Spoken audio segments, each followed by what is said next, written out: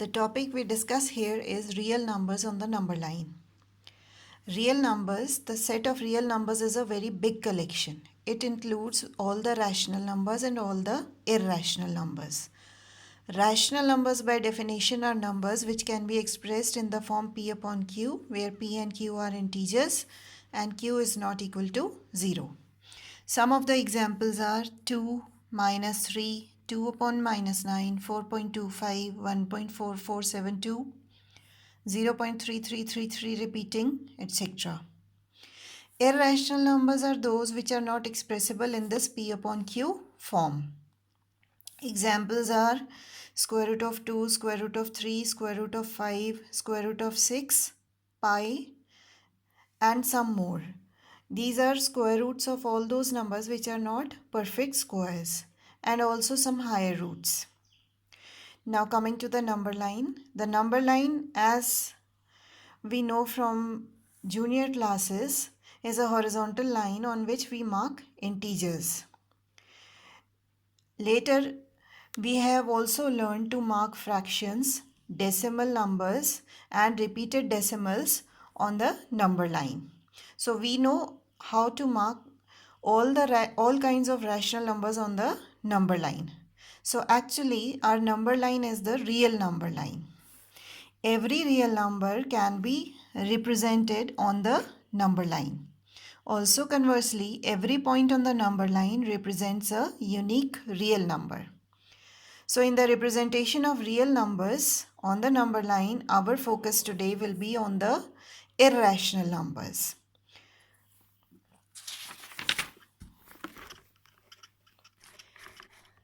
We will represent root 2 on the number line. Now to get an idea, we consider the square numbers before and after root 2, which are the before and after 2, which are closest to 2. These are 1 and 4.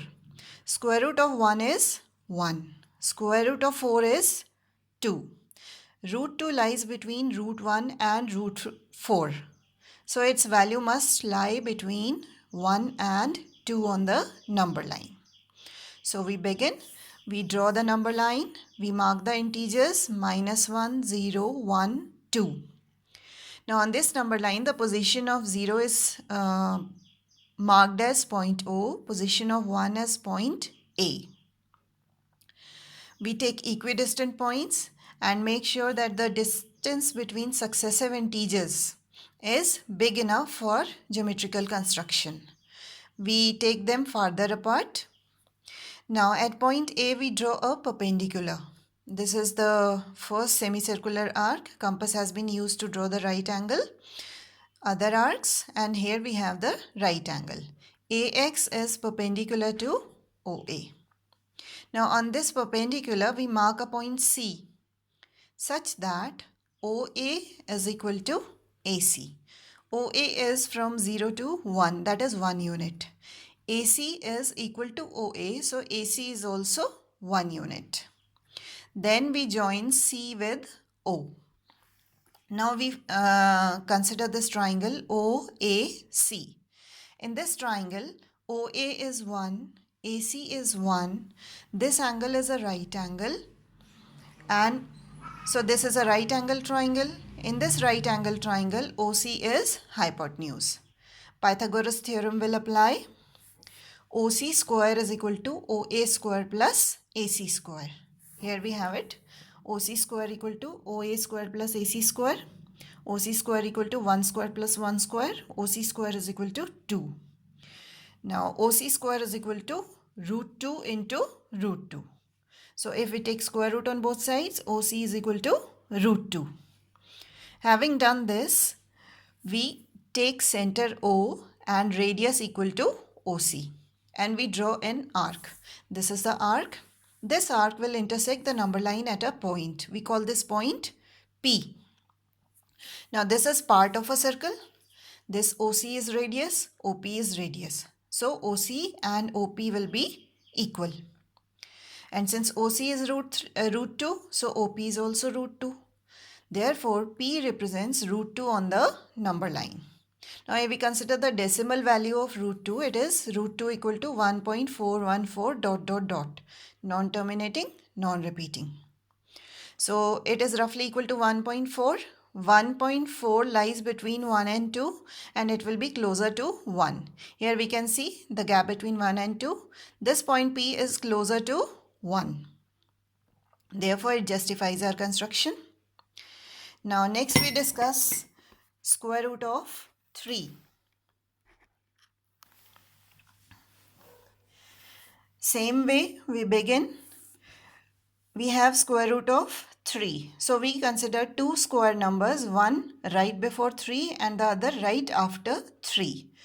So before 3 we have 1. Square root of 1 is 1. After 3 we have 4. Square root of 4 is 2. Root 3 lies between root 1 and root 4 and hence on the number line it will lie between 1 and 2. So for the construction we proceed similarly as we did in case of root 2.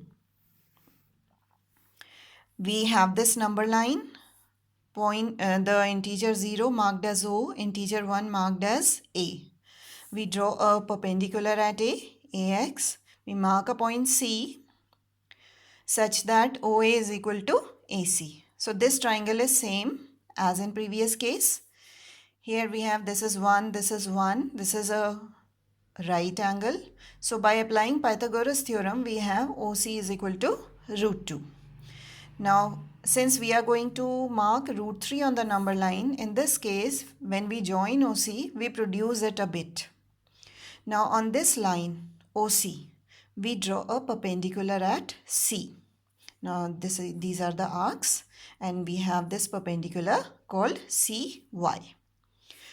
After getting CY, we mark a point D on this perpendicular such that OA is equal to CD. That means we need to mark a point which is such that this distance between C and the new point D is 1 unit. Now we focus on this triangle OCD. In this triangle, OC is root 2. CD is 1. This angle is a right angle. Therefore, it's a right angle triangle. Opposite to right angle, we have the hypotenuse OD. So we can apply Pythagoras theorem here. Applying the Pythagoras theorem, we have OD square. This OD square is equal to OC square plus CD square. OC square plus CD square. Square of root 2 plus square of 1. That is 2 plus 1, 3. OD square is equal to 3. 3 is root 3 into root 3. So if we take square root on both sides, we get OD is equal to root 3. Next, we take center O, radius equal to OD and draw an arc. This is an arc. This arc will intersect the number line at point Q. Now this is part of circle. This is center. OD is radius. OQ is also radius. So OD is equal to OQ. OQ comes out to be root 3. So on this number line, this point O is 0. Q point represents root 3. Now if we check the decimal value, root 3 is equal to 1.732 dot dot dot. Roughly 1.7. So between 1 and 2, 1.7 will be closer to 2. And here we see point Q lies closer to 2. So our construction is justified. The third case we discuss is that of square root of 5.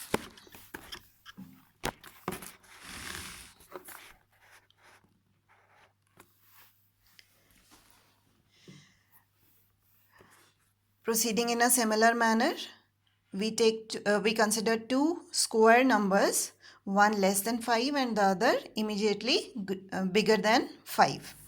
So these are 4 and 9. 4 is less than 5, it is a square number. 9 is more than 5, it is also a square number. Square root of 4 is 2. Square root of 9 is 3. Root 5 lies between root 4 and root 3. So on the number line, it will lie between 2 and 3. So we proceed. We have the number line.